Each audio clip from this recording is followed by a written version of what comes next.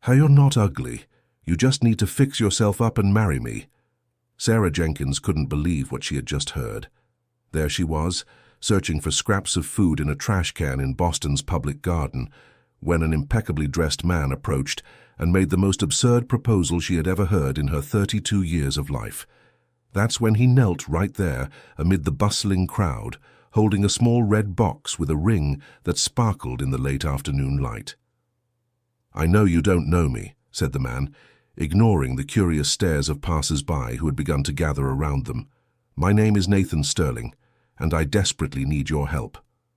Sarah took a few steps back, clutching tightly the plastic bag where she kept her few belongings. Her brown hair was disheveled. Her torn and dirty clothes told the story of the last 6 months living on the streets, but her brown eyes still held a glint of intelligence that had caught Nathan's attention from the moment he saw her. "Are you insane?" she whispered, looking around and noticing several people had stopped to watch the scene.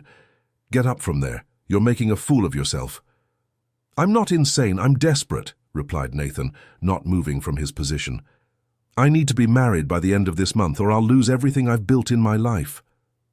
Sarah felt a mix of anger and shame. How dare this man appear out of nowhere and make such a humiliating proposal? She, who had once been a respected literature professor at Boston University, was now being treated like someone in need of charity. "I don't need your pity," she said, trying to walk past him. "Find someone else for your games." But Nathan quickly stood up and blocked her path, always maintaining a respectful distance. "It's not pity. It's a business deal. A contract. You help me, I help you. Simple as that." "What kind of help could a man like you possibly need from someone like me?" Sarah crossed her arms, defiant. "My grandfather left a clause in his will. To inherit the family business, I need to be married by my 35th birthday. I have exactly 23 days to find a wife, or everything goes to my cousin Veronica." Sarah studied his face. Nathan had striking features, penetrating blue eyes, and appeared to be around 34. His suit was clearly expensive. The watch on his wrist looked like it cost more than she earned in a year when she still had a job. But there was something in his expression that didn't seem false. "And why me?" she asked, still suspicious. "There are thousands of women in Boston who would marry you for your money." "Because you don't want my money," replied Nathan, putting the ring box back in his jacket pocket. "I've seen you here in the garden several times over the past few weeks, always polite to everyone, always thanking people even when they treat you poorly. You have dignity, and that's rare." Sarah felt her chest tighten. It had been so long since anyone spoke of her with respect that she had almost forgotten what it felt like. "You don't know anything about me," she murmured. "I know you weren't always like this," said Nathan, gesturing to her clothes. "I know something happened in your life that brought you here, and I know you're not here by choice." Tears began to form in Sarah's eyes, but she held them back fiercely. She wouldn't cry in front of a stranger. "Even if I wanted to help you, what you're proposing is madness. Marriage isn't a joke." "It would only be on paper," Nathan explained. "A business arrangement. You marry me, help me secure the inheritance, and after a few months we get divorced. In return, I give you a sum that will allow you to restart your life." Sarah looked around the garden. People gradually lost interest and went on their way. The sun was setting, and soon she would have to find a safe place to spend another night. 6 months on the streets had been enough to shatter any romanticism she might have had about life. "How much?" she asked, surprising herself. $500,000. Sarah felt her legs weaken. It was enough money for her to start over completely, maybe even leave Boston and begin a new life somewhere else. And what exactly would I need to do? Live in my house, appear at some social events with me, meet my family, convince my grandfather that we're a real couple. For how long? 6 months at most. After that we claim incompatibility and separate. Sarah fell silent for a few minutes, processing the proposal. It was risky, but what alternative did she really have? Keep sleeping on park benches? Searching for food in the trash? Running from dangerous people in the middle of the night? "I have conditions," she finally said. "What are they?" No physical intimacy. Separate rooms. And when this is over, you help me with something I need to resolve. What kind of thing? Sarah hesitated. Was it possible to trust this man? She had trusted people before, and it had gone badly, very badly. I need to clear my name. I was falsely accused of something I didn't do, and it destroyed my career and my life. Nathan watched her intently. There was a deep pain in her eyes, a wound that hadn't yet healed. I accept your conditions, he said. When do you want to start? Not now, Sarah replied quickly. I need time to think. How much time? 2 days. Nathan took a card from his pocket and handed it to her. This is the address of my house. If you decide to accept, show up there on Thursday at 7 in the evening. If you don't show up, I'll understand you don't want to do this. Sarah took the card. The paper was thick, expensive, with embossed gold letters. The address was in Back Bay, one of the city's most upscale neighborhoods. What if I steal something from your house? She asked, testing him. Then I will have chosen the wrong person, Nathan replied with a half-smile. But I don't believe you'll do that. He turned to leave, but stopped and looked back. Sarah, that's your name, isn't it? She nodded, surprised he knew. Regardless of your decision about my proposal, there's a shelter 2 blocks from here that serves dinner until 8. The food is good, and the people are decent. With that, Nathan walked away, leaving Sarah alone with the card in her hand and her head full of confused thoughts. That night, lying on a bench in the public garden, using her bag as a pillow, Sarah couldn't sleep. Nathan's proposal echoed in her mind. It was an opportunity to get out of that terrible situation, but it also seemed too good to be true. How often in life does someone appear out of nowhere offering a magical solution? She knew fairy tales well. She had taught children's literature for years and knew that in real life things don't work like in books. There was always a price to pay, always a hidden trap. But $500,000. It was enough money for her to properly investigate what had happened at the university, to hire a competent lawyer, to have the resources to fight the lies that destroyed her career, to prove she had never committed plagiarism. The cold of the early morning made her pull her worn coat tighter.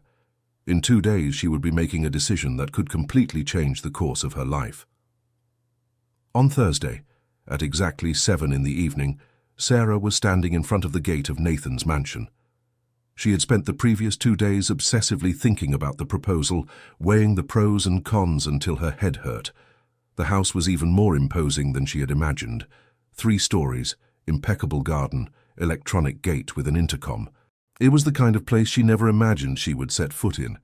Dear listener, if you're enjoying the story, please take a moment to like and especially subscribe to the channel. It really helps us who are just starting out. Now, continuing. She pressed the intercom button with a trembling hand. "Good evening," said a woman's voice from the other side. "Good evening. I'm Sarah. Nathan invited me to come here today. One moment, please." A few seconds later, the gate opened automatically.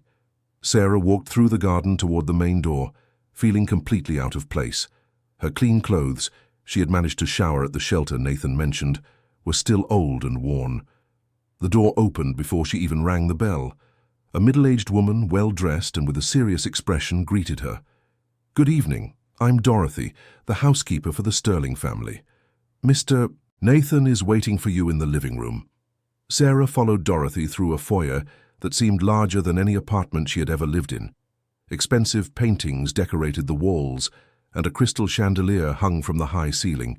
Nathan was sitting in a leather armchair reading some papers. When he saw her enter, he stood up immediately. "Sarah, I'm glad you came." "I said I would," she replied, trying to sound more confident than she felt. "Dorothy, could you leave us alone, please?" The housekeeper nodded and withdrew, but not before casting an appraising look at Sarah. "Have a seat," said Nathan, gesturing to the sofa. "Would you like anything? Water? Coffee? Tea?" "I'm fine, thank you." Sarah sat on the edge of the sofa, her back straight and her hands clasped in her lap. Nathan returned to his armchair. "I imagine you've thought a lot about my proposal." "I have, and I have a few more questions." "Of course. Ask whatever you want. Does your family know the marriage will be fake? No, and they can't know. My grandfather is very traditional, and if he finds out it's a sham, he won't just disinherit me, he might even sue me for fraud. And your friends? Your employees? They'll think it was a whirlwind romance, it happens. People will gossip for a few weeks and then forget. What about me? Don't you want to know who I really am before you bring me into your home? Nathan leaned forward, resting his elbows on his knees. I know you were a university professor. I know something happened that made you lose your job. I know you have no family here in Boston, otherwise you wouldn't be living on the street. And I know you're a person of integrity, even in a desperate situation. How do you know all this? I observed you. I spoke with some people who work in the public garden area. I didn't hire a private detective or anything invasive like that, if that's what you're thinking. Sarah was impressed. He had really taken the trouble to look into her, at least a little. What if I accept and then change my mind in the middle of the process? Then we talk and find a solution. I don't want anyone to feel trapped in this agreement. And the money? When would I get it? Half now, half when we divorce. Sarah took a deep breath. It was a fair proposal, considering the circumstances. I accept, she finally said. Nathan smiled for the first time since they had met. Great. We'll need to get married as soon as possible. I was thinking of a civil ceremony on Monday, if you agree. So soon? The longer we wait, the greater the risk my grandfather will start asking questions. He's already suspicious because he's never seen me with a serious girlfriend. I understand. And where would I stay until the ceremony? Here, if you like. Or I can pay for a hotel for you. Sarah looked around the luxurious room. The prospect of sleeping in a real bed for the first time in months was tempting, but it also made her nervous. I think a hotel is better, at least until we're officially married. No problem. Dorothy can take you to a good place. Nathan Sterling got up and went to a desk in the corner of the room. He opened a drawer and took out a thick envelope. Here is the first half of the payment, he said, handing her the envelope. $250,000. Sarah Jenkins took the envelope with trembling hands. She had never held so much money in her life. It was surreal. Thank you, she whispered. There's one more thing we need to discuss, said Nathan, sitting back down. Tomorrow morning we'll need to buy you some clothes, for the social events and for meeting my family. Sarah looked at her own clothes and blushed.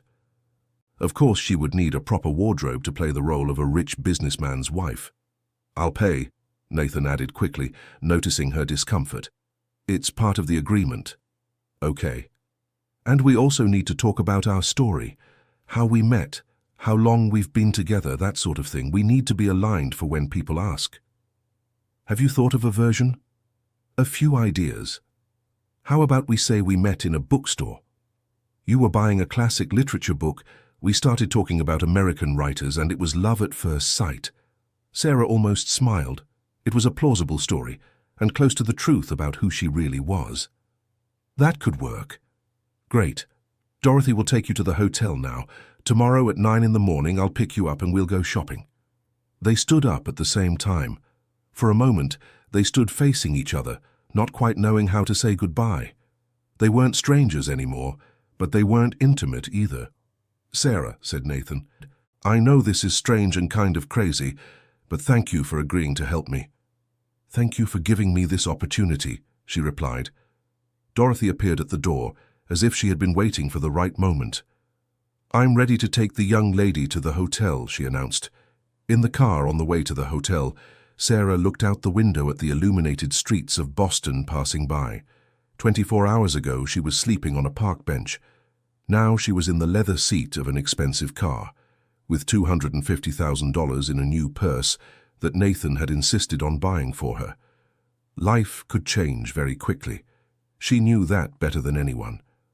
The hotel Dorothy took her to was discreet but elegant. The room had a king-size bed, a private bathroom with a tub, and a partial view of the Charles River Esplanade. Sarah stood in the middle of the room for a few minutes, just looking around. Then she went to the bathroom, turned on the bathtub faucets, and finally let the tears come out.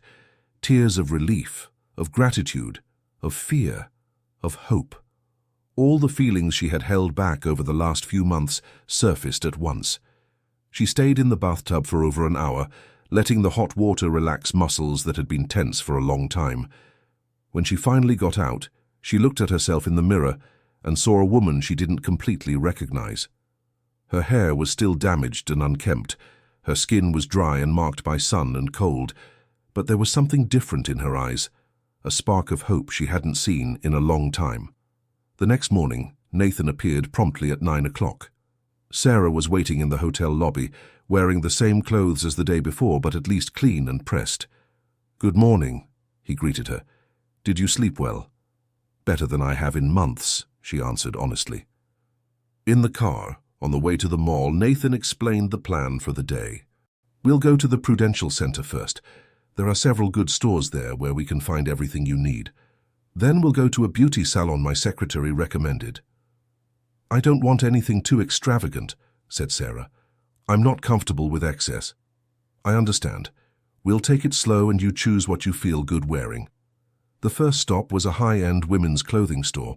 Sarah felt intimidated by the prices and the attention from the salespeople, but Nathan was patient and encouraged her to try on several options. "This dress looks beautiful on you," he commented when she came out of the fitting room wearing a navy blue midi dress. Sarah looked at herself in the mirror and had to agree.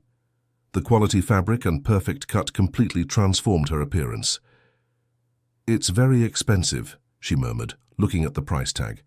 "Don't worry about that. Choose what you like." They spent 3 hours at the mall buying dresses, blouses, pants, shoes, accessories, and even appropriate lingerie. Nathan always maintained a respectful posture, giving opinions when she asked, but leaving the final choices up to her. At the beauty salon, the transformation was even more dramatic. The hairdresser cut and conditioned her hair, revealing a shiny brown color she had forgotten she had. The manicurist and pedicurist made her nails look completely different, and the subtle makeup enhanced her features in a way she hadn't seen in years. When she looked at herself in the mirror at the end of the day, Sarah could barely recognize her own reflection. The woman looking back was elegant, sophisticated, beautiful. It was who she used to be before everything fell apart. "Impressive," said Nathan when she came out of the salon. "You look beautiful." Sarah blushed. It had been a long time since anyone had called her beautiful. "Thank you. And thank you for all of this." She gestured to the shopping bags in the car. "It's the least I can do. After all, you're helping me with a very serious problem." On the way back to the hotel, Nathan mentioned casually, "Tomorrow night, we're having dinner at my grandfather's house. He wants to meet you." Sarah felt her stomach churn. "Already? Wasn't it supposed to be gradual?" "Unfortunately, we don't have much time. He called me this morning saying he wants to meet my girlfriend as soon as possible." "What if he doesn't like me?" "He will. You're smart, polite. You have an interesting story.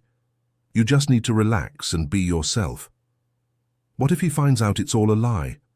Nathan stopped the car at the traffic light and looked at her. "He won't find out, unless you tell him." "Of course I won't tell." "Then it's fine. My grandfather is a simple man, despite all the money. He's more impressed by character than by social status." At the hotel, Sarah went up to the room carrying all the shopping bags. She carefully hung the new clothes in the closet and arranged the shoes in rows. It was like assembling a wardrobe for a character she was going to play. Because that's what she was doing, wasn't it? Playing a role. The character of the rich businessman's loving girlfriend, a woman who had no dark secrets in her past, who hadn't lost everything that mattered, who hadn't spent months living on the streets. She lay down on the comfortable bed and closed her eyes, trying to mentally prepare herself for what lay ahead. The dinner at Nathan's grandfather's house was scheduled for 7:30 the next evening. Sarah spent the whole day nervous, changing clothes several times, until she decided on the navy blue dress Nathan had praised at the store. When he arrived to pick her up, he was visibly nervous too. "My grandfather is a bit intense," he explained in the car. "He likes to ask direct questions and observes everything very carefully." "What kind of questions?" "About your family, your background, your plans for the future, that sort of thing." "And what do I say about my family?" "The truth, if possible. It's always easier to remember the truth than lies." Sarah took a deep breath. The truth about her family was complicated, but not impossible to explain. Nathan's grandfather's house was even larger and more imposing than his grandson's. It was located in the Beacon Hill neighborhood and had a spectacular view of the city. A butler greeted them at the entrance and led them to a formal dining room with a table that could easily seat 12 people. Jonathan Sterling was a 73-year-old man with neatly cut white hair, piercing blue eyes like his grandson's, and a posture that radiated authority even while seated. He wore an impeccable dark suit and a burgundy tie. "Grandfather, this is Sarah," said Nathan, with an arm lightly resting on her back. "Sarah," repeated the grandfather, standing up and walking toward them. "A pleasure to meet you, my dear. Nathan has spoken a lot about you." "The pleasure is mine, Mr. Sterling," replied Sarah, accepting his outstretched hand. "Please call me Mr. Jonathan. Excessive formality makes me uncomfortable." During dinner, served by 2 silent staff members, Jonathan bombarded Sarah with questions. Where was she born? Where did she study? What books did she like to read? What were her professional plans? "Nathan told me you were a university professor," commented Jonathan as he cut his salmon. "It's a very noble profession. Why did you stop teaching?" Sarah felt her throat go dry. It was the question she feared most. "I had some problems at my last job," she replied carefully.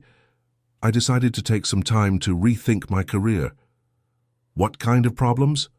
"Grandfather," Nathan intervened. "You don't need to interrogate Sarah as if it were a deposition." "It's all right," said Sarah, lightly touching Nathan's arm in a gesture that seemed natural. "I don't mind talking about it." She looked directly into Jonathan's eyes. "I was falsely accused of academic plagiarism. Someone fabricated evidence to harm me, and I couldn't prove my innocence in time to save my career." "That is terrible," said Jonathan, and for the first time that evening, his expression softened. "Injustice is one of the things that revolts me most in this world." "That's why I'm focused on clearing my name and proving the truth," continued Sarah, "even if it takes years." "And Nathan is helping you with that?" Sarah looked at Nathan, who nodded almost imperceptibly. "He is offering support," she said, "both emotional and practical." "Excellent. That's how it should be. A partner should be there in difficult times." The rest of the dinner proceeded more calmly. Jonathan told stories about building the family business, Nathan contributed some funny anecdotes, and Sarah managed to gradually relax. "Sarah," said Jonathan when they were having coffee at the end of the meal, "you seem like a very upstanding young woman. Nathan is to be congratulated on his choice." "Thank you, Mr. Jonathan." "And when are you thinking of getting married?" Sarah almost choked on her coffee. "Well," began Nathan. "Soon," interrupted Sarah, surprising them both. "We don't see a reason to wait too long when we know it's what we want." Jonathan smiled broadly. "Excellent. Young people who know what they want and don't dilly-dally. I like that." In the car, on the way back to the hotel, Nathan was clearly relieved. "You were perfect," he said. "My grandfather liked you very much." "How do you know?" "By the way he spoke, and he never praises the women I introduce to him. Never." "Do you introduce many women to him?" "A few over the years. But he always found some flaw. He said they were too gold-digging or too shallow or too fake. And I'm none of those things." Nathan stopped at the traffic light and looked at her. "You are the most genuine person I've met in a long time." Sarah felt something strange stir in her chest, a feeling she hadn't experienced in a long time. "Nathan." "Yes?"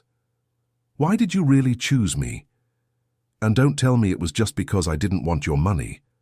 He fell silent for a moment, thinking of a response. "Because when I saw you in that public garden for the first time in years, I felt I had found someone real, someone who understood what it was to lose everything and have to rebuild a life from scratch." "Have you lost everything?" "In a way. But that's a conversation for another day." Sarah wanted to press further, but something in his expression made her change her mind. Everyone was entitled to their secrets.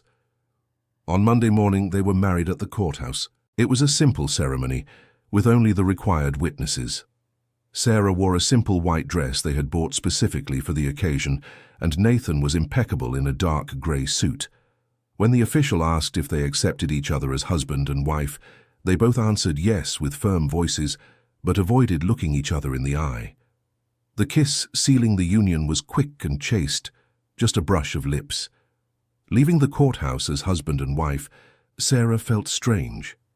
She was officially Mrs. Sarah Sterling now, at least temporarily. "How do you feel?" asked Nathan when they got in the car. "Strange," she answered honestly. "And you?" "Relieved. At least one part of the problem is solved. What's the next step?" "You move into the house today. Tomorrow we'll announce our marriage to the rest of the family and to my friends." "How will that part go?" "A lunch at my house. Nothing too formal. My cousin Veronica will be there, some other cousins, my secretary, some business partners. The cousin who would lose the inheritance if you didn't get married. The very one. Brace yourself, because she won't be at all happy with the news." That afternoon, Sarah moved definitively into Nathan's mansion. Dorothy, the housekeeper, received her cordially but reservedly, showing her the room that would be hers for the next few months. It was a spacious suite on the second floor, with a private bathroom, a walk-in closet, and a small sitting area with armchairs and a table. The windows overlooked the back garden, and the decor was elegant, but not ostentatious. "Mr. Nathan's room is at the end of the hall," explained Dorothy. "If you need anything during the night, you can call me. My room is on the first floor." "Thank you, Dorothy. And I'm sorry if all this is a bit confusing. I know the situation is unusual." The housekeeper studied her for a moment. "It's not my place to judge Mr. Nathan's decisions," she said finally, "but I can say he seems happier since he met you." "Really?" "Yes. He's been very stressed lately, worried about this inheritance issue. Now he's more at ease." Sarah put her new clothes away in the closet, arranged her few personal items, and sat in the armchair by the window. From there she could see Nathan by the pool area, talking on the phone and gesturing a lot. He seemed to be discussing some business matter. It was strange to observe him in his own home, in his natural environment. He seemed different there, more relaxed and confident. In the public garden, when he had approached her, there had been a certain desperation in his posture. Now, walking through the garden of his mansion, he was clearly a successful man in control of his life. Or at least that's how it seemed from the outside. During dinner, which they ate together in the house's smaller, more intimate dining room, Nathan explained some details about the household routine. "Breakfast is served at 7:30. Dorothy always prepares a variety of options. Lunch is at 12:30 and dinner at 8. But if you want to eat at different times, just let her know." "And on weekends?" "I usually work Saturday mornings, but I'm free in the afternoons and on Sundays. Sometimes I have social commitments, company events, that sort of thing." "And now that we're married, will I need to accompany you to these events?" "Some of them, yes, but nothing too frequent." They ate in relative silence for a few minutes, still getting used to the new dynamic between them. They were no longer strangers, but they weren't exactly intimate either. "Can I ask a question?" said Sarah finally. "Of course. Why did your grandfather put that condition in the will about having to get married?" Nathan sighed and put his fork down on his plate. "My grandfather is a very traditional man. He married at 22 and stayed with my grandmother until she passed away, 48 years later. For him, marriage and family are the foundation of a stable and successful life." "And your parents?" "They died when I was 15. A car accident. My grandfather raised me from then on." "I'm sorry." "Thank you. It was a long time ago, but it's still hard to talk about." Sarah understood perfectly. She had also lost important people and knew that some wounds never healed completely. "Is that why you never married before? Because you lost your parents early and are afraid of getting attached to people?" Nathan looked at her with surprise. "That's a very insightful observation. I was a psychologist before I became a literature professor. I have 2 degrees. "I didn't know that. Why did you change fields?" "Because I discovered I liked analyzing fictional characters more than real people. Characters don't lie about who they are, but do real people lie too? All the time, to others and to themselves." Nathan became thoughtful. "And you? Do you ever lie to yourself?" Sarah hesitated. It was a deeper question than it seemed. I think we all lie to ourselves from time to time. It's a way of surviving. What do you lie to yourself about? About being fine alone, about not needing anyone, about having completely gotten over what happened to me at university. It was more honesty than she had intended to share, but something in the way Nathan listened made her feel safe to open up. And me? What do you think I lie to myself about? Sarah observed him carefully. His blue eyes, his upright but slightly tense posture, the way his hands moved restlessly when he was thinking. About being satisfied with your life, about professional success being enough to make you happy, about not feeling lonely in this house that's too big for just one person. It was Nathan's turn to look surprised. How do you know I feel lonely? By the way you look at things when you think no one is paying attention. It's the same look I had when I still lived alone in my apartment before everything fell apart. They were silent for a few minutes, absorbing the unexpected revelations they had shared. Sarah, said Nathan finally, can I ask a personal question? You may. What really happened at the university? Who was it that harmed you, and why? Sarah felt her chest tighten. It was a subject she avoided thinking about, but one that never completely left her mind. There was an older professor in the department, Gregory Vance. He was interested in me, but I always made it clear I wasn't interested. When I started being considered for a permanent position that he also wanted for a protege of his, he decided to sabotage me. How? He forged documents to make it look like I had copied parts of my doctoral thesis from other authors, planted evidence on my computer, bribed people to testify against me. When the investigation started, I couldn't prove my innocence. And the university didn't question the evidence. They did, but Gregory was very respected and influential. He had friends in important positions. I was just a young professor without many political connections. What happened in the end? I was fired. My name was publicly tarnished. Other universities didn't want to hire me. I lost my apartment because I couldn't afford the rent anymore. My friends distanced themselves because they didn't know whether to believe me or the accusations. Sarah felt the tears beginning to form, but she held them back. In just a few months, I lost everything: career, home, friends, reputation. When the money ran out, I ended up on the streets. And you never tried to fight the accusations? I did. I hired a lawyer with the little money I had, but we couldn't gather enough evidence to turn the situation around. The lawyer told me it would be better to accept a settlement and move on, maybe change cities and start a new career. But you didn't accept. No. Because accepting would mean admitting I did something wrong. And I didn't. Nathan stood up and went to the window, turning his back to her for a few moments. Sarah, he said without turning around, if you could have a second chance to prove your innocence, would you take it? Of course. But I don't know how that would be possible now. Nathan turned to face her. What if I told you I know people who could help? Private investigators, specialized lawyers, people with the resources to uncover the truth. Sarah felt her heart race. Why would you do that? Our agreement didn't include you spending money trying to clear my name. Because it's the right thing to do, and because I like you, Sarah, as a person, as a friend, and friends help each other. She fell silent, processing what he had said. It was a generous offer, but also a dangerous one. It meant opening up again, reliving all the pain and humiliation of the past. I need to think about this, she finally said. Of course. There's no rush. The offer will remain open.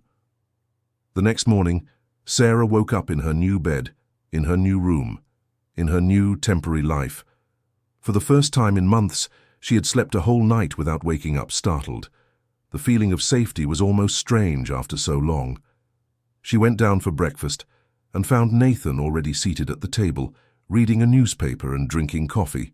He wore a grey suit and looked ready for another day of work. Good morning, she greeted, sitting in the chair opposite him. Good morning. Did you sleep well? Very well, thank you. Dorothy appeared with a tray of fresh fruit, breads, cheeses, and juices. Mrs. Sarah, said the housekeeper, from today on you can tell me your meal preferences. I like to know what the people in the house enjoy eating. I'm not very picky, replied Sarah. I'll eat practically anything. Any allergies? Any dietary restrictions? No, none. After Dorothy withdrew, Nathan explained the day's plan. Lunch with my family is at 12:30. It will be right here at home. My secretary is taking care of all the preparations.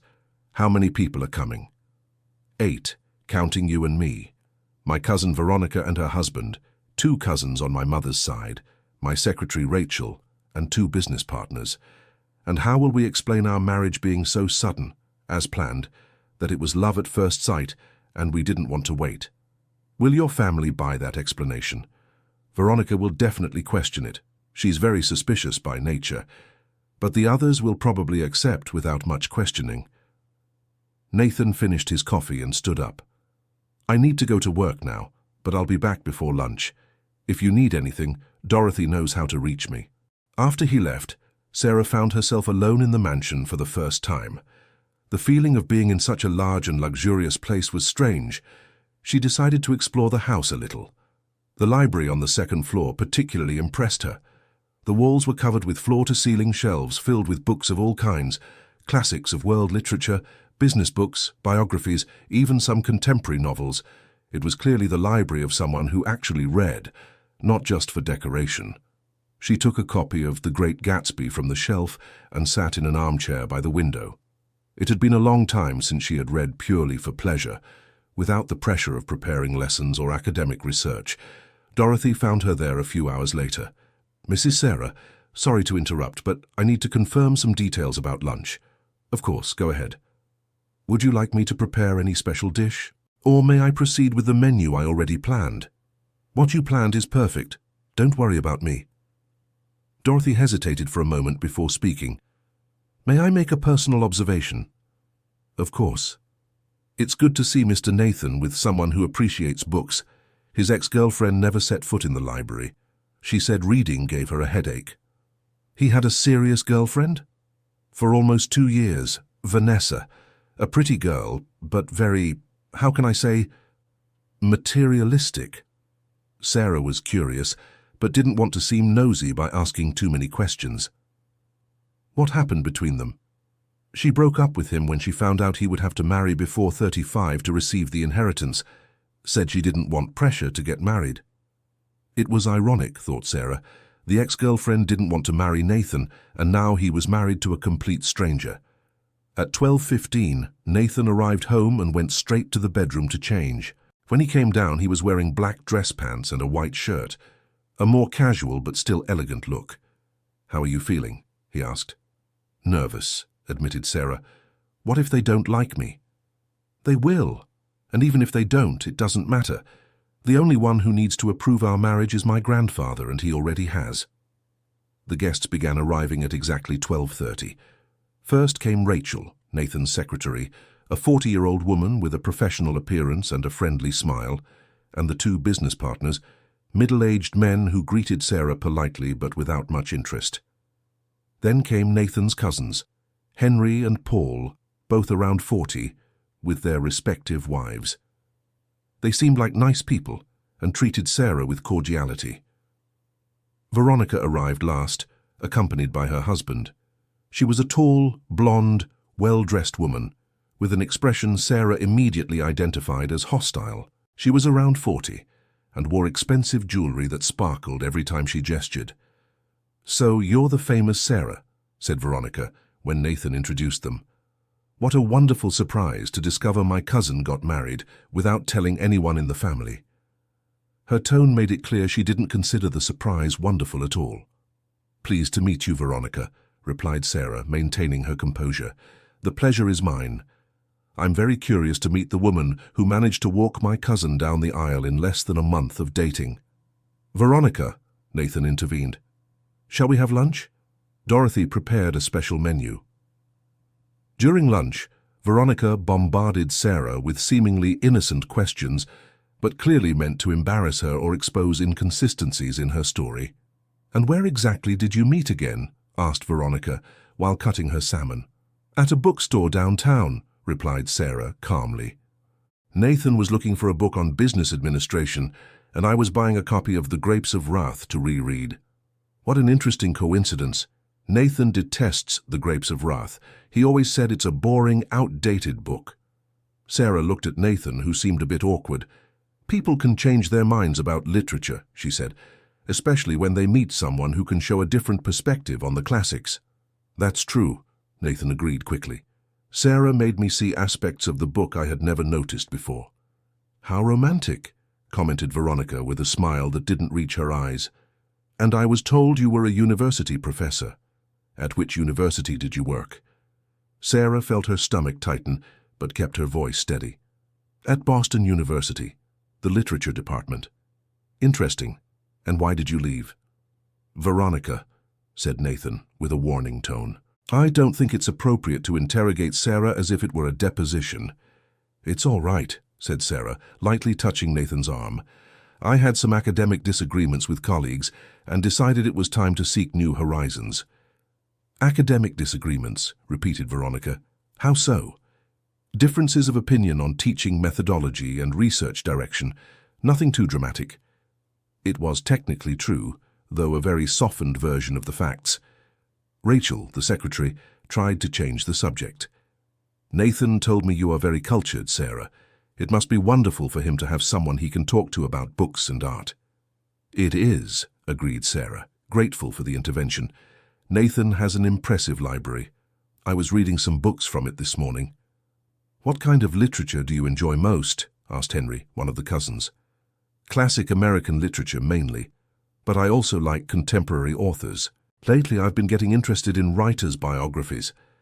The conversation flowed more naturally after that, with discussions about books, travels, and plans for the future. Veronica continued to cast suspicious glances at Sarah, but stopped the direct questioning. After all the guests had left, Nathan and Sarah sat in the living room, both clearly exhausted. How do you think it went? He asked. Your cousin hates me, Sarah replied directly. Veronica is suspicious of everyone. Don't take it personally. She clearly suspects there's something wrong with our marriage. But she can't prove anything, and even if she could, what is she going to do? Tell my grandfather he already approves of us. Nathan, I need to ask you something. What? Do you really hate The Grapes of Wrath? Nathan smiled for the first time since lunch. I do. I think it's one of the most boring books I've ever tried to read. Then why did you say you changed your mind about it? Because I needed to defend you, and it was the first thing that came to my mind. Sarah felt something warm move in her chest. It had been a long time since someone had defended her, even in a small situation like that. Thank you, she said softly. You're welcome. We're a team now, remember? At least for the next few months. That night, Sarah lay in her bed thinking about what had happened during the day. The lunch had been a test, and she felt she had passed, even with Veronica's hostility. But what troubled her more was the growing realization that she was liking Nathan as a person. It wasn't just gratitude for what he was doing for her. It was genuine fondness, admiration even, and that was dangerous, because when those 6 months were over, they would divorce and go their separate ways. She couldn't allow herself to develop real feelings for a man who was married to her only for convenience. She needed to maintain emotional distance, be grateful, cordial, fulfill her part of the agreement, but not get emotionally involved. It was easier said than done. The next morning, a Tuesday, Nathan had left early for an important meeting at the company. Sarah was having breakfast alone when Dorothy approached with a worried expression. Mrs. Sarah, there's a person here wanting to speak with you. With me? Who? A man who said his name is Gregory, said he knows you from the university. Sarah felt her blood run cold. Gregory Vance, the professor who had destroyed her life. What was he doing there? Where is he? In the sitting room, he said it's urgent. Sarah took a deep breath, trying to calm herself. I couldn't show weakness now. Tell him I'm on my way down. She quickly went up to the bedroom, changed her robe for more appropriate clothes, and went down to face the man who had taken everything from her. Gregory Vance was standing by the living room window, looking out at the garden. He was a man in his early 50s with greying hair and a distinguished appearance. He wore a suit and tie, as always. When he saw her enter, he turned with a smile she knew well and had always despised. Sarah, my dear, you look... different. What do you want, Gregory? My, such coldness. Aren't you even going to greet me properly? Just say what you came here to do. Gregory sat down without being invited, crossing his legs and assuming a relaxed posture. I heard you married a wealthy businessman. Congratulations. I always knew you were clever. How did you hear about my marriage? Oh, Sarah, Boston isn't that big. News travels. A whirlwind marriage of an influential businessman to a former university professor. It draws attention. Sarah remained standing, keeping her distance. You still haven't told me what you came here for. I came to make a proposal. A peace offering, so to speak. What kind of offer? I am willing to publicly admit that the accusations against you were exaggerated. I can even help clear your name academically. Sarah felt her heart race, but forced herself to keep a neutral expression. In exchange for what? A symbolic amount, $50,000, to cover some inconveniences I'll have to face to correct the situation. Are you trying to blackmail me? I prefer to think of it as a business opportunity. You have access to resources now through your husband. $50,000 is an insignificant amount for a man in his position. Sarah felt anger rise like hot lava. You destroyed my life, made me lose everything I had, and now you want me to pay you to admit you lied. Let's be practical, Sarah. Do you want your name cleared? This is your chance. Otherwise, I can guarantee the doors of academia will remain closed to you forever. Get out of my house. Think about my proposal. You have 48 hours to decide. Gregory stood up and walked toward the door, but stopped before leaving. Oh, and Sarah, does your husband know about your past? About the accusations? It would be a shame if he found out he married someone with a questionable reputation. With that, he left, leaving Sarah trembling with anger and fear. She ran up to her room and locked herself inside. Her hands were shaking so much she could barely dial Nathan's number on her phone. Sarah, is something wrong? I need to talk to you, it's urgent. I'm in an important meeting. Can it wait until I get home? It can't, it's about my past. It's about the person who harmed me at the university. There was a pause on the other end of the line. I'm leaving right now. I'll be there in 20 minutes. Dear listener, if you're enjoying the story, please take a moment to like and especially subscribe to the channel. It really helps us who are just starting out. Now continuing. Nathan got home in 15 minutes, finding Sarah still locked in the bedroom. She opened the door when she heard his voice, and he immediately noticed she was visibly shaken. What happened? Gregory was here, the professor who accused me of plagiarism. Nathan guided her to the armchairs by the window and sat facing her. Tell me everything. From the beginning. Sarah recounted the entire conversation, every word, every veiled threat. Nathan listened in silence, but she could see the anger growing in his eyes. He's trying to blackmail you, Nathan said when she finished. I know, but what if he follows through on the threats? What if he tells your grandfather about the accusations? Even if they're false, it might be enough to ruin everything. It won't ruin anything. My grandfather isn't the type of person who judges someone without knowing the facts. But Gregory could fabricate convincing evidence. He's done it before. Nathan fell silent for a moment, thinking. Sarah, do you trust me? Yes, I think so. Then, let me handle this. I have resources and contacts that can help deal with men like him. What are you going to do? First, I'm going to hire a private investigator to find out everything possible about this Gregory's recent activities. If he's trying to blackmail you now, he's probably done it to other people before. And then we expose the truth, the right way with solid evidence that can't be questioned. Sarah felt a mix of relief and apprehension. This is going to cost a lot of money. Don't worry about money. Worry about giving me all the information you have about this man and what he did to you at the university. Why are you doing this? It goes way beyond our original agreement. Nathan stood up and walked to the window, turning his back to her. Because you don't deserve to live in fear of someone who harmed you unfairly, and because I care about what happens to you. There was something in his voice that made Sarah feel he wasn't speaking just as a helpful friend. Nathan, don't say anything now, he interrupted, still with his back turned. Let's focus on resolving this situation first. We'll talk about the rest later. That afternoon, Nathan cancelled all his appointments and dedicated himself to making phone calls and setting up meetings with people who could help. Within a few hours, he had hired one of the best private investigators in Boston and scheduled a consultation with a lawyer specializing in academic law. "How did you manage to organize all this so quickly?" asked Sarah, impressed. "When you have resources and know who to talk to, doors open," he replied. "Tomorrow morning, we'll meet with the investigator. He'll need every detail you can remember about what happened. What if Gregory finds out we're investigating him?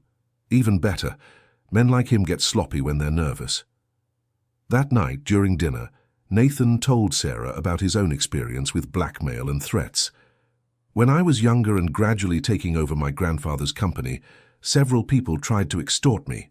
Disgruntled former employees, competitors, even some distant relatives. I learned that the only way to deal with that kind of person is to confront them head-on. And did it work? Always. Blackmailers are cowards by nature. When they realize you won't be intimidated, they usually back down. But what if Gregory is different? Then we'll destroy his credibility once and for all. Legally, but definitively." The determination in Nathan's voice was comforting, but Sarah still felt a knot in her stomach. She had known Gregory for years and knew he was cunning and malicious. "Can I ask you a personal question?"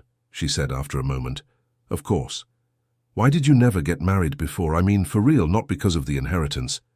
Nathan hesitated, playing with his napkin. "Because I never found someone who made me feel it was worth taking the risk." "What risk?" "The risk of opening my heart to someone and then losing that person. Like what happened with my parents." Sarah understood. It was the same reason she had kept away from serious relationships for years. "And now? Are you taking that risk with me?" Nathan looked her in the eyes for the first time in the conversation. "I think I've already started to, whether I want to or not." Sarah felt her heart race. There was an intensity in his gaze that made her realize the dynamic between them had changed. They were no longer just two strangers fulfilling a business agreement. "Nathan, I know. It's complicated. This wasn't what we planned. We can't get emotionally involved. When all this is over, we'll decide what we want to do about what's happening between us." Sarah stayed up late that night, thinking about the conversation. She was in uncharted territory. She had married Nathan to solve a practical problem for him and to restart her own life. She hadn't planned on getting emotionally involved, but it was too late. She already was. The next morning, Nathan and Sarah met with the private investigator at a discreet cafe downtown. John Paul was a 50-year-old man, a former police officer, with an ordinary appearance that went unnoticed in any crowd. "I need every detail about this professor," said John Paul, opening a notebook. "Full name, where he works now, what his habits are, who his friends and contacts are." Sarah provided all the information she could remember about Gregory. John Paul took meticulous notes and occasionally asked specific questions. "And about the time of the accusation, who else was involved in the process?" "There was an investigation committee formed by 5 professors. The coordinator was a close friend of Gregory's." "Names?" Sarah provided the names and all the circumstances she could recall. John Paul seemed satisfied with the volume of information. "I'll start by investigating this Gregory's current activities," he explained. "If he's trying to blackmail you, it's probably not the first time. Men like that have patterns of behavior." "How long will it take," asked Nathan, "to have preliminary information? A week? To build a solid case? Maybe a month? What if he carries out the threats before that?" "Then we'll be prepared to counterattack immediately." Leaving the meeting, Nathan seemed confident, but Sarah was still apprehensive. "What if in the end we find we don't have enough evidence to prove he fabricated the accusations? Then at least we'll have enough information to neutralize any future blackmail attempts." "It's not enough for me," said Sarah firmly. "I want the truth to be known. I want my name completely cleared." Nathan stopped walking and looked at her. "And you will get that. I promise." There was a conviction in his voice that made Sarah believe, for the first time in months, that it might be possible to recover her reputation and her career. For the rest of the week, life at the mansion followed a relatively normal routine. Nathan left for work in the morning and returned in the late afternoon. Sarah spent her days reading in the library, talking with Dorothy, and trying not to obsessively think about the ongoing investigation. Over the weekend, they received an unexpected invitation. "My grandfather wants to invite us to a special dinner Saturday night," Nathan announced on Friday during breakfast. "There will be more family, some of his close friends." "Is it a formal thing?" "Quite. He wants to introduce you to his social circle. It's a kind of official approval." Sarah felt her stomach churn. The more people who knew her fabricated story, the greater the risk of someone discovering inconsistencies. "It will be fine," Nathan reassured her, as if reading her thoughts. "They're polite people. They'll ask polite questions and accept polite answers." On Saturday night, Sarah dressed carefully for the dinner. She chose an elegant but discreet dark blue dress, comfortable low heels, and minimal jewelry. She wanted to make a good impression without seeming like she was trying too hard. Nathan's grandfather's house was full of guests when they arrived. About 20 people were circulating through the living room with drinks in hand, chatting in small groups. Sarah recognized a few faces from the previous lunch, but most were strangers. Jonathan welcomed them warmly. "Sarah, my dear, what a pleasure to see you again. You look radiant." "Thank you, Mr. Jonathan. The house is beautiful. Come, I want to introduce you to some special people." For the next 2 hours, Sarah was introduced to business people, doctors, lawyers, retired professors, and their respective wives. The conversations were superficial but pleasant, and she managed to relax gradually. It was during dinner that the situation became complicated. She was seated between Nathan and an elegant woman in her 60s named Eleanor, who mentioned casually, "Sarah, I heard you were a professor at BU. What a coincidence. My daughter-in-law also studied literature there. Perhaps you know each other." "It's possible," Sarah replied carefully. "When did she graduate?" "About 3 years ago. Her name is Ashley Miller. She always speaks very highly of the professors she had." Sarah nearly choked on her wine. Ashley Miller had been one of her brightest students, and also one of the first to abandon her when the plagiarism accusations surfaced. "Ashley? Yes, I remember her," said Sarah, trying to keep her voice neutral. "How wonderful. I'll tell her I met you. I'm sure she'll be happy to know you're doing well." Sarah exchanged a worried look with Nathan. If Ashley knew she had married a wealthy businessman, so soon after living on the streets she would certainly ask questions. And Ashley knew all the details about the university accusations. "Actually," Sarah said quickly, "I prefer not to mix my current life with my professional past. I'm in a transitional phase, you understand?" "Of course, dear. I understand perfectly." But Sarah noticed that Eleanor became curious about her reaction. One more person who would possibly leave with unanswered questions. After dinner, when they were heading home, Nathan asked, "Who is Ashley Miller?" Sarah sighed. "A former student. One of those who abandoned me when the accusations started. Do you think she could cause trouble? If she finds out about our marriage and tells other people at the university, yes, it could be problematic. We'll deal with it if it happens. No use worrying in advance." But Sarah was already worrying. She felt as if she were walking through a minefield where any misstep could blow up her entire new life. On Monday, John Paul called with the first information about Gregory. "Can I come by this afternoon?" he asked. "I have some interesting things to show you." Nathan cancelled a meeting to be present when the investigator arrived. John Paul brought a folder full of documents and photographs. "Our professor friend has been very busy," he began, spreading papers on the living room table. "I discovered he pulled the same scam on at least 2 other people in the last 3 years. How so?" asked Sarah. "A professor from Northeastern and a researcher from the University of Massachusetts. Both were accused of plagiarism under circumstances very similar to yours, and in both cases Gregory was involved in the investigation committees." Nathan leaned in to examine the documents. "And what happened to these other victims?" "The professor from Northeastern managed to prove her innocence after 2 years of legal battle, but lost the tenure-track position she was competing for. The researcher from UMass changed fields completely and now works for a private company. "This proves there's a pattern," said Sarah, feeling a mix of relief and anger. "Exactly, but there's more. Gregory has a son who is pursuing a doctorate at a prestigious university in São Paulo. The tuition fees are expensive, and from the financial documents I was able to access, his salary as a professor wouldn't be enough to cover these costs. Is someone paying him to sabotage other professors?" asked Nathan. "It's a possibility, or he's using blackmail to get extra money. I need to investigate further to be sure." John Paul showed some photographs of Gregory entering and leaving expensive buildings, dining at upscale restaurants, driving a car that cost much more than he could afford on his salary. "His lifestyle doesn't match his official income," observed the investigator. "That's always a red flag." "What do we do now?" asked Sarah. "Now we talk to the other victims. If we can get them to cooperate, we can build a much stronger case."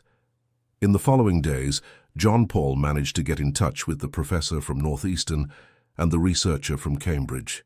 Both became interested in cooperating when they learned there were other victims. The professor from Northeastern, Dr. Martha Grant, agreed to meet Sarah at a cafe in Boston at the end of the week. "I could never prove it, but I always knew Gregory had some personal interest in harming me," Martha shared during the meeting. "He wanted the coordinator position for the graduate program that I was competing for." "And did you get the position after proving your innocence?" "No. The position went to one of his protégés. I left the university completely and started working at a private school." "Do you still have documents from your case?" "I have everything saved. I could never bring myself to get rid of the papers, hoping that one day they might be useful for something." For the first time in months, Sarah felt less alone. There were other people who understood exactly what she had been through. The researcher from Cambridge, Dr. Robert Foster, shared an even more disturbing story during a video conference. "Gregory approached me after my case ended," Robert recounted. "He said he could help clear my name in exchange for a favor. He wanted me to falsify data from a research project that would benefit a company that was paying him bribes." "And did you do it?" asked Sarah. "Of course not. But the threat was clear. If I didn't cooperate, he would make sure I never worked at any university in the country again." Nathan participated in all these conversations, taking notes and asking insightful questions. Sarah was impressed by his ability to quickly understand the nuances of the situation. "We're dealing with something much more serious than individual blackmail," he observed after the conversation with Robert. "This is systemic corruption," John Paul agreed. "And men like Gregory rarely work alone. There's probably a network of people involved." "What does this mean for me?" asked Sarah. "It means that when we expose this, you won't just be cleared. You'll be seen as one of the first victims of a much larger scheme." It was more than Sarah had dared to hope for. Not just clearing her name, but being publicly recognized as a victim of injustice. But it also meant the risks were greater. If Gregory was part of a corruption network, he had resources and connections that could make him more dangerous when threatened. On the Thursday of the second week after Gregory's visit, he showed up again at Nathan's mansion. This time he wasn't politely announced by Dorothy. He simply appeared at the door when Sarah was home alone. "Time's up, Sarah," he said as soon as she opened the door. "I hope you've thought about my proposal." "I have," she replied, keeping the door only slightly ajar. "And my answer is no." Gregory's expression changed immediately. The fake smile vanished, revealing something darker. "I hope you don't regret this decision." "I won't regret it." "We'll see. Does your little husband know he's married to an academic fraud, a woman who stole work from other professors?" "He knows the truth about what you did." Gregory seemed genuinely surprised. "Oh, really? And what exactly do you think you can prove?" "More than you imagine." Sarah closed the door and immediately called Nathan. He was home in 10 minutes, along with John Paul, who had been called for an emergency meeting. "He's feeling the pressure," observed the investigator. "That's good. Pressured people make mistakes." "What kind of mistakes?" asked Nathan. "They'll try to speed up their schemes, maybe contact accomplices carelessly, or try to get rid of evidence in a hurry." "And what if he tries to publicly harm Sarah before we can expose him?" Then we'll be ready to counterattack immediately. John Paul had prepared a strategy for that possibility. He had contacts in the media who could publish the true version of the story if Gregory tried to spread lies. But I'd prefer to avoid a public war, he explained. It's better to settle this behind the scenes so Gregory is forced to admit the truth without causing more damage to anyone. How? By confronting him with irrefutable evidence of his other crimes.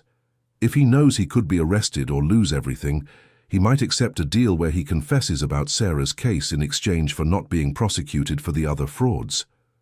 It was a risky plan, but it seemed like the best option available.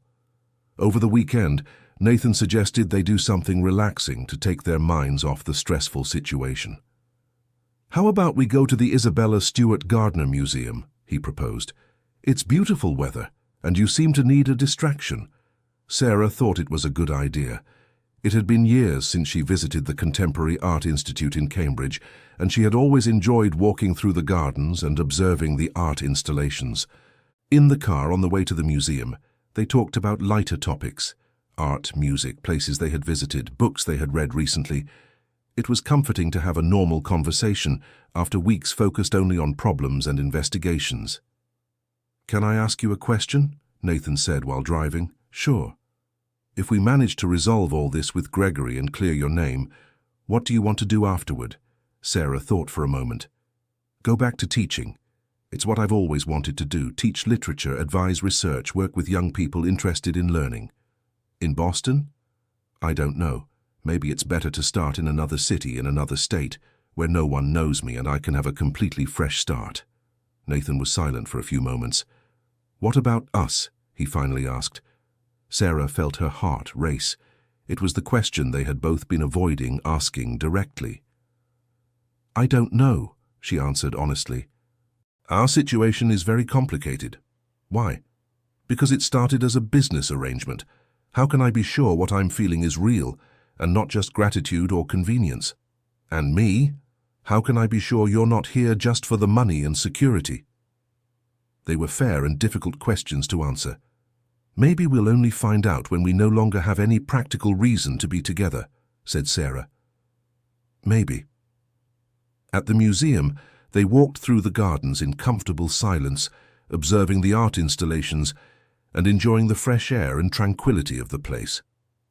It was the first day in weeks that Sarah managed to relax completely and not think about the problems surrounding them. "Thank you for bringing me here," she said when they were sitting on a bench observing a sculpture. "Thank you for agreeing to come. It's been a long time since I felt so calmly. Even with all the problems we're facing, especially because of them. You made me realize there are things in life more important than work and family obligations." Sarah looked at him. The afternoon sun lit up his blue eyes, and there was a serenity in his expression that she rarely saw when they were at home. "Like what?"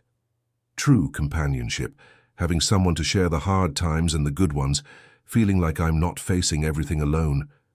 She understood perfectly. That was exactly how she felt too. "Nathan, I know, it's risky for us to get this close, but I can't help it." Sarah couldn't help it either. With each passing day, she felt more connected to him. It wasn't just physical attraction, though that existed too. It was a deep affinity, a feeling that she had finally found someone who completely understood her. But there was still the matter of their agreement, and the situation with Gregory, and the uncertainty about the future. On Monday, John Paul called with urgent news. "I need to speak with you immediately," he said. "I found out something important about Gregory." They met at the investigator's office downtown. John Paul had a grave expression when he greeted them. "I scheduled this meeting here because I suspect your house might be under surveillance," he explained. "What do you mean?" asked Nathan. "Gregory hired a private investigator to find out everything he can about you, especially about your marriage."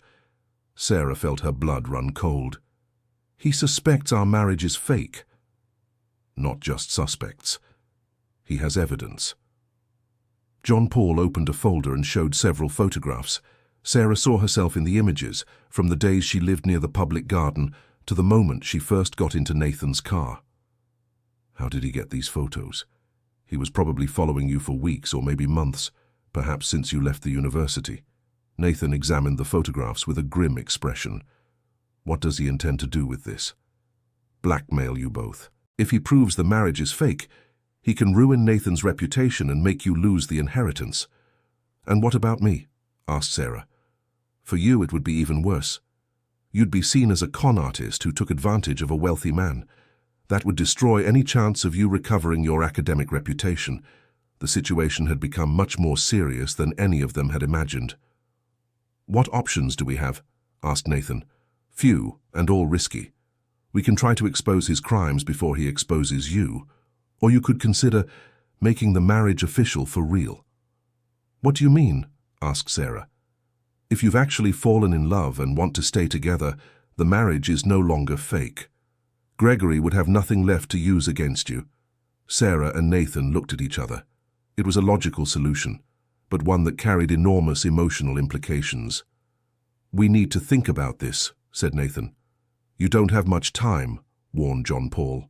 From the information I've gathered, Gregory plans to act in the coming days. On the way back home, Sarah and Nathan barely spoke. Both were absorbed in their own thoughts, processing the new reality of the situation. At home, they sat in the library, in armchairs facing each other, trying to decide what to do.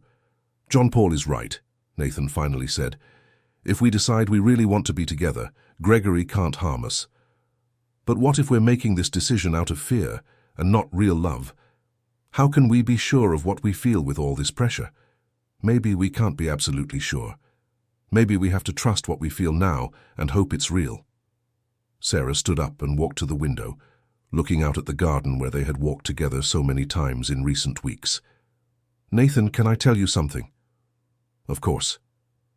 These past few days I've been imagining what it would be like to keep living here with you.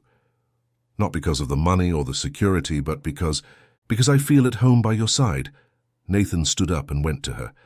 I've been thinking about that too. This house has always felt too big and quiet for me. Since you arrived, it finally feels like a home. They stood side by side at the window, not touching but feeling each other's closeness. So what do we do? Asked Sarah. We decide if we want to really try to make this work, regardless of Gregory, regardless of the inheritance, regardless of all the practical reasons that brought us here. And you, what do you want? Nathan turned to face her. I want to try. I want to see if what I'm feeling is real and lasting. I want to give us a chance. Sarah felt her heart race. It was what she wanted too, but she was afraid to admit it. What if it doesn't work? Then at least we'll know we tried. It's better than spending the rest of our lives wondering, what if? Sarah took a deep breath and made a decision. Okay, let's try. Nathan smiled for the first time in days. Really? Really.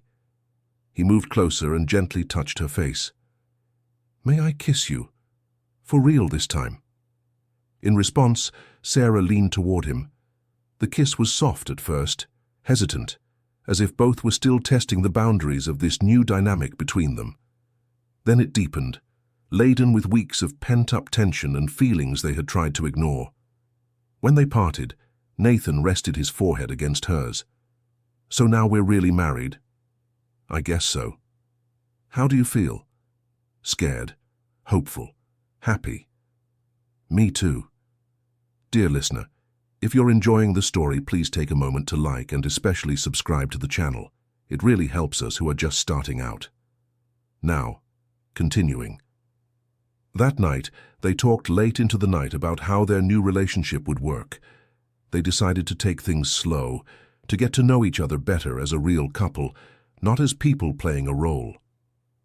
I want to know the real Sarah, said Nathan. Not the teacher who lost everything. Not the woman who was living on the streets, but who you really are underneath all those circumstances. And I want to know the real Nathan, she replied. Not just the successful businessman or the devoted grandson, but the person you are when no one is watching. It was a new beginning for both of them, but there was still Gregory to face. The next morning, John Paul called with a risky proposal. I want to confront Gregory directly with the evidence we have about his other crimes, he said.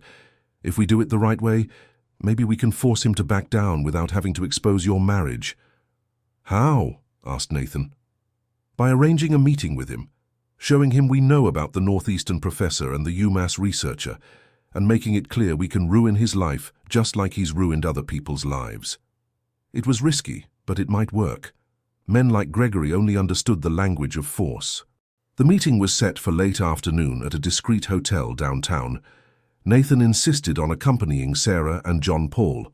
Gregory arrived promptly, with a confident expression that quickly vanished when he saw he wasn't dealing with Sarah alone.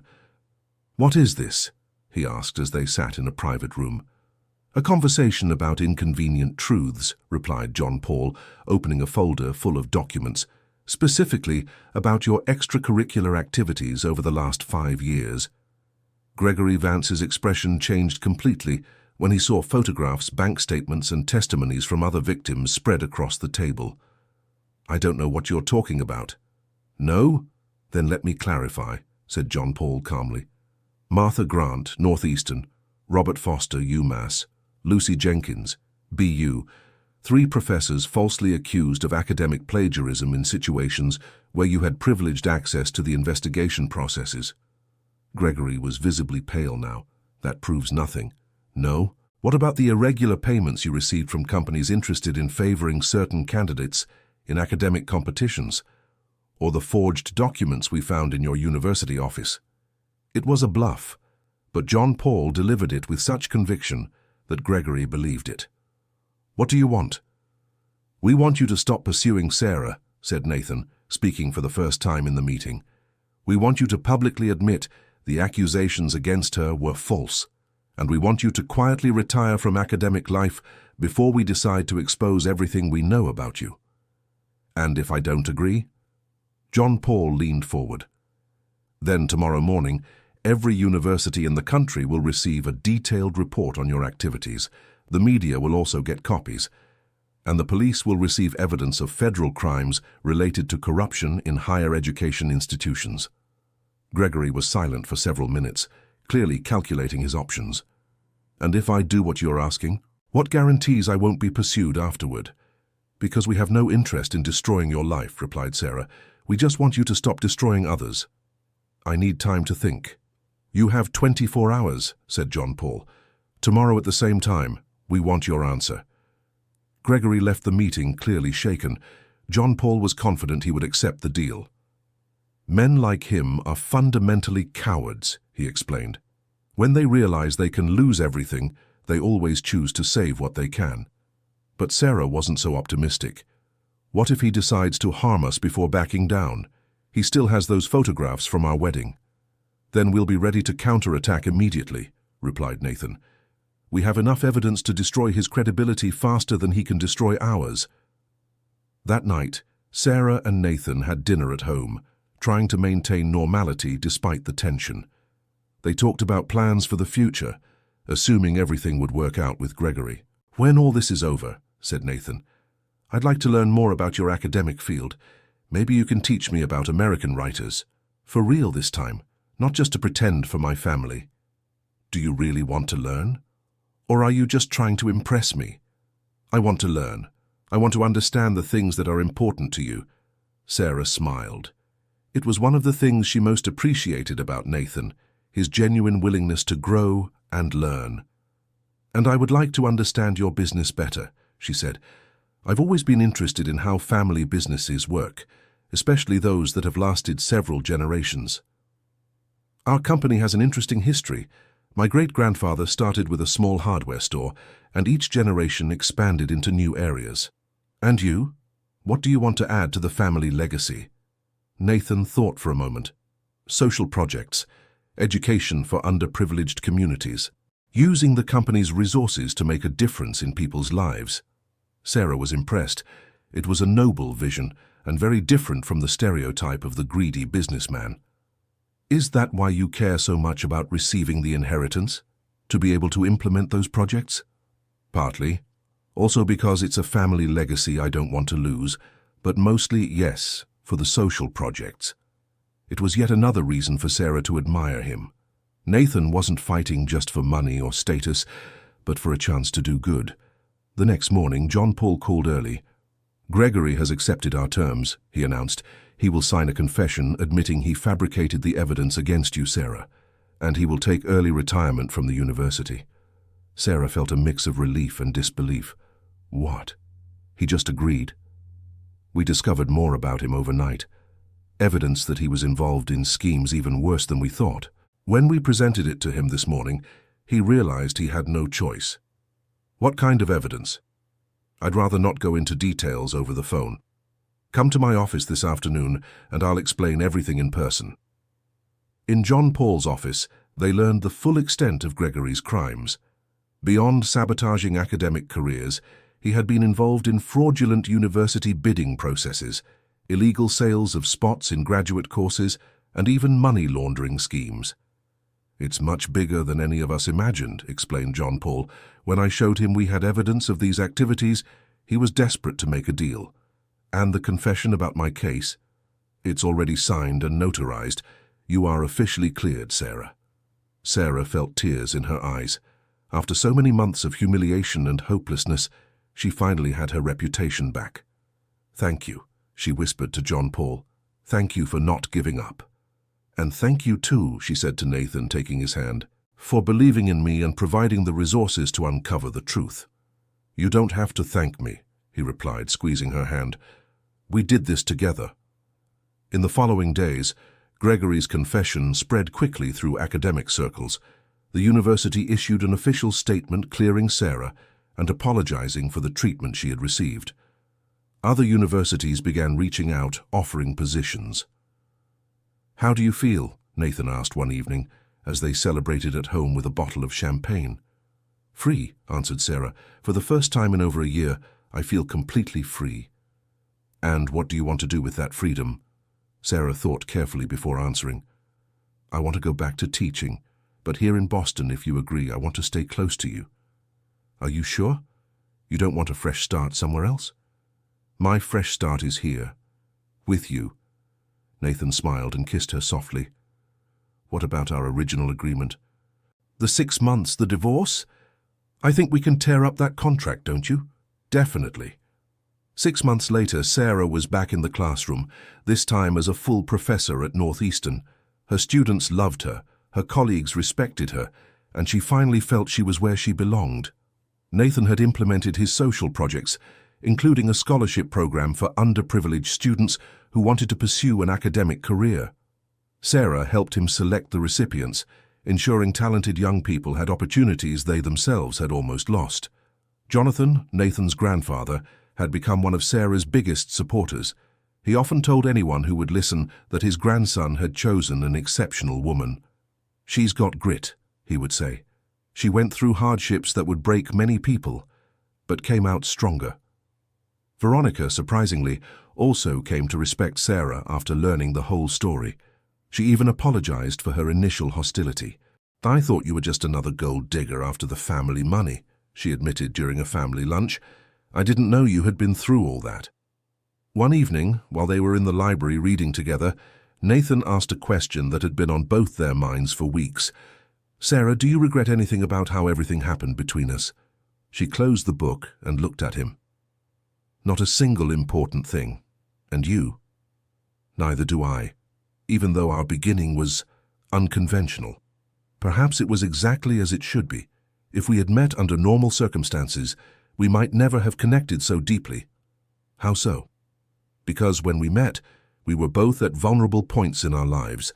You with the pressure of the inheritance, me with my desperate situation. It forced us to be completely honest with each other from the start. Nathan agreed. In conventional relationships, people often hid their problems and insecurities until very late in the relationship. They had had to face difficulties together from day one.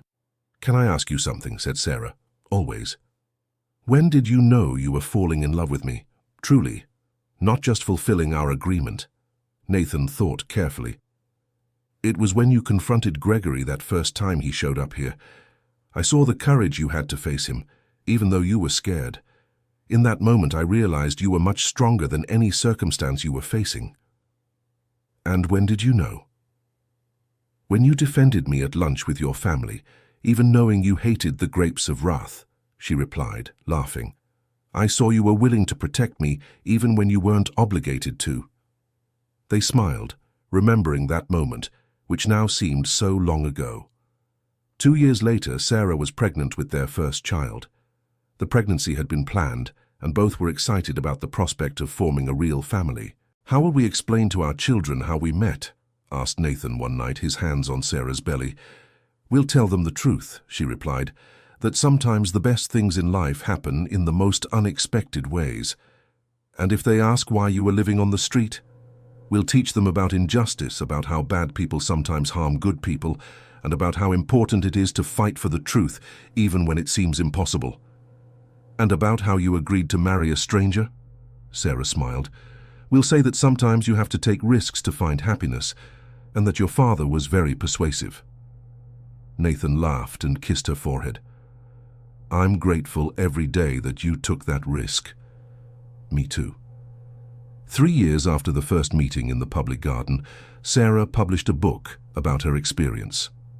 Reconstruction, a story of injustice, love, and second chances, became a bestseller and was used in academic ethics courses at several universities. In the dedication she wrote, "For Nathan, who taught me that happy endings are possible when you find someone willing to fight by your side, and for all who face injustice, never give up on the truth." The royalty money was donated to a fund that helped professors facing unfair academic persecution. It was a way to ensure that other people in similar situations had resources to fight for their reputations. Gregory, for his part, disappeared completely from the academic scene. Rumors said he had moved to the countryside and was working in a family business far from universities. None of his victims ever sought him out for confrontation or revenge. The truth had been enough. John Paul continued working as a private investigator, but began specializing in cases of academic corruption. He said Sarah's case had opened his eyes to a much broader problem in the American university system. One day, 5 years after that first meeting in the public garden, Sarah and Nathan took their 2-year-old son to play in the same park where it had all begun. The child ran between the benches, laughing and playing, completely unaware of the dramatic history that had unfolded there years before. "Do you remember how you felt that day?" asked Nathan, pointing to the bench where he had found her looking for food. "I remember," said Sarah, watching their son play. "I felt lost, hopeless, as if my life had ended. And now? Now I know that sometimes life needs to end completely, so it can start over the right way." Nathan hugged her from behind, resting his chin on her shoulder. "Thank you for accepting my crazy proposal that day. Thank you for making the proposal. Even though it was selfish on my part, I was only thinking about solving my problem with the inheritance. But you didn't know you were saving me too.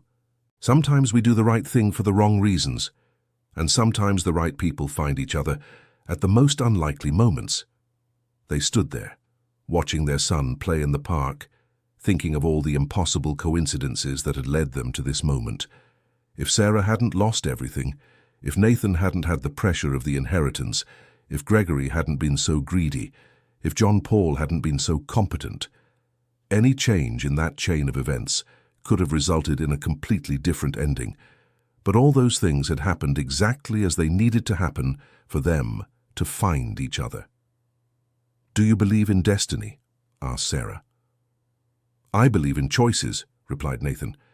"I believe destiny can place opportunities in our path, but it's up to us to decide if we'll take them." "And do you think we took our opportunity well?"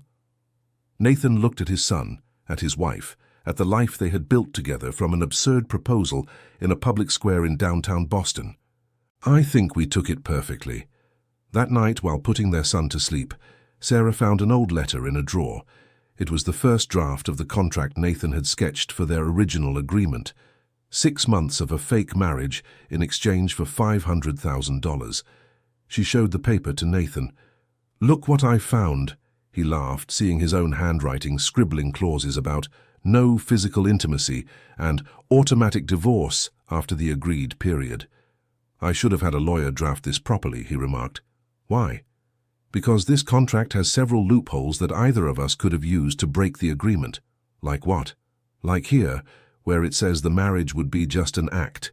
It doesn't specify what would happen if one of us actually fell in love." Sarah smiled. "A very convenient contractual flaw." "Extremely convenient."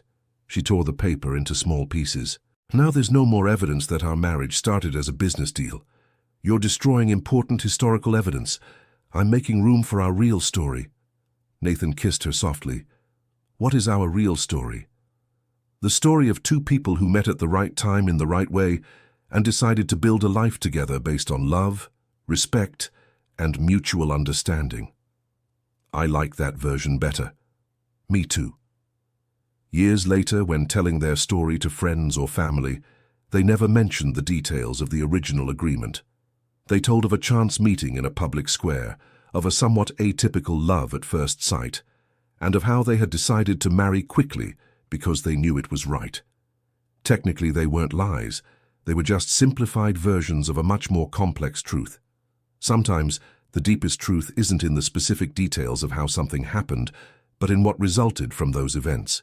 And what resulted from the impossible meeting between a desperate businessman and a desperate teacher was a happy family, careers rebuilt, lives transformed, and proof that second chances can lead to endings even better than the first. 10 years later, when Nathan and Sarah renewed their vows in an intimate ceremony with family and close friends, Mr. Jonathan made a toast that perfectly summarized their journey. "To my grandson, Nathan, and my granddaughter Sarah, who taught us that true love can be born from the most unlikely circumstances, grow in the most difficult conditions, and blossom more beautifully than any fairy tale. You proved that when two people are willing to fight together for truth, justice, and love, there is no obstacle they cannot overcome." All the guests applauded, but for Sarah and Nathan, the most important words were those that didn't need to be said aloud, that they had found in each other not just romantic companions but true partners for life. And when they left that celebration, hand in hand under the stars of Boston, both knew their story was just beginning. Because the best of happy endings are not those where everything ends perfectly, but those where everything begins again even better. End of story. And you, dear listener, what did you think of Sarah and Nathan's journey? Do you believe true love can be born from the most unexpected situations? Have you faced moments in your life where everything seemed lost, only to discover it was just the beginning of something better? Share your experiences in the comments. Stories like these remind us that it's never too late to start over, and that sometimes the best opportunities come disguised as challenges. Don't forget to leave your like and subscribe to the channel for more stories that touch the heart and show that life always holds wonderful surprises for those who have the courage to believe in second chances.